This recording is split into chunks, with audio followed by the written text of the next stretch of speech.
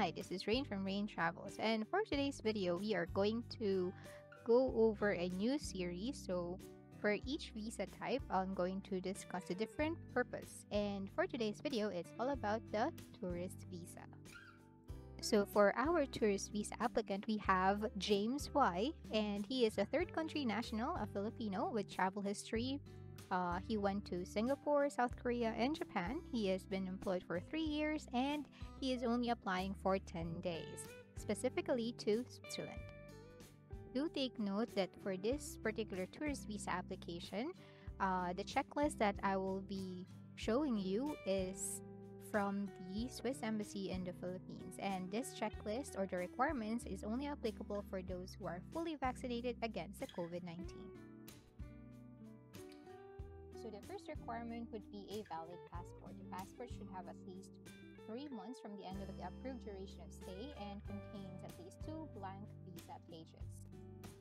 You would also need 1 visa application form, which is completely and properly filled out and signed by the applicant. In our case, we have James Y.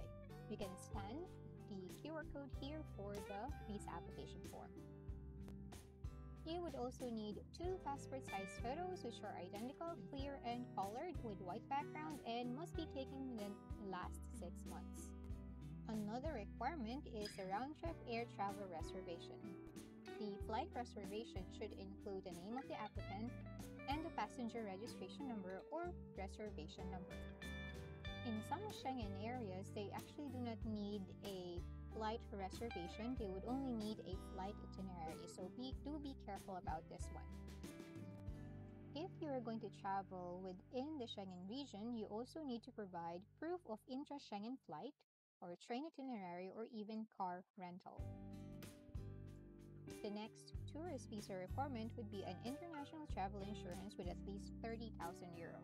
It should include personal accident covers, urgent medical treatment, urgent admission in a hospital, urgent repatriation in the case of medical emergencies, with coverage including all the Schengen member states, and must specifically include that it covers COVID-19.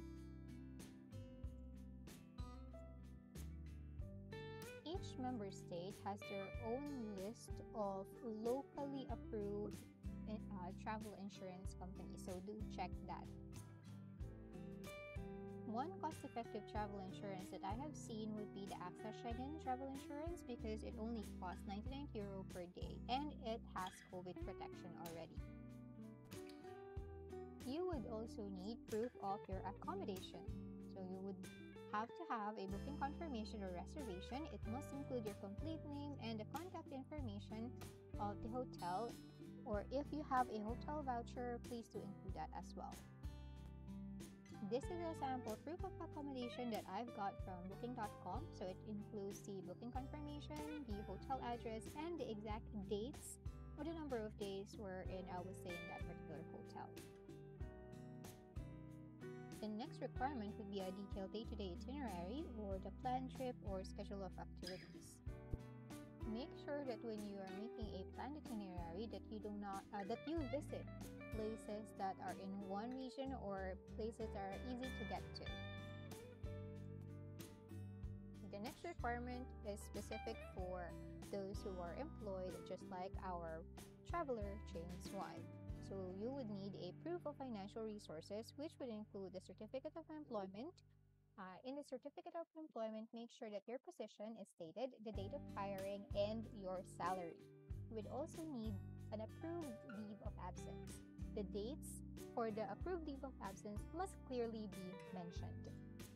Other proof of financial resources that you must show are the following. Bank statements, which shows your cash flow for the last 6 months, bank books if you have any, credit card statements if you have any, and make sure it's for the last 6 months as well, and of course the income tax return. Again, this particular requirements, it fits the profile of our traveler James Y. So you would also need a photocopy of your valid passport and old passport if you have any. Make sure that you copy the inside front cover and the inside back cover. Also include a photocopy of all the visas that you've had, valid and expired visas. So our traveler profile James has been to Singapore, South Korea, and Japan. For Filipinos, Singapore do not need a visa. However, for Japan and South Korea, since he has already traveled there, he has to include the visas that were granted to him. Here are some frequently asked questions regarding a Schengen visa application. 1.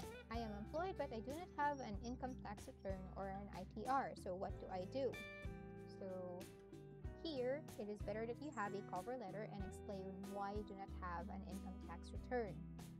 Maybe you are newly employed, so you do not have the income tax return yet, or maybe you are tax exempt and thus you do not need an income tax return. In both cases, make sure that you explain it thoroughly in your cover letter. I have traveled to visa-free countries, so what do I submit as proof of travel? So include a photocopy of your entry and exit stamps from the visa-free countries that you have been to. I will be traveling to several Schengen member states, so where do I apply?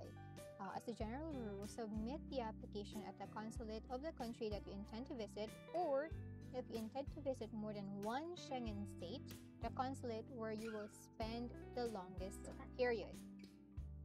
Alternatively, if you intend to visit several Schengen member states and the states will be of equal length, you must apply at the consulate of the country whose external border you will cross first when entering the Schengen area. That's it for our video. Please stay tuned for our next videos about different visa purposes. Life is a So thanks for watching.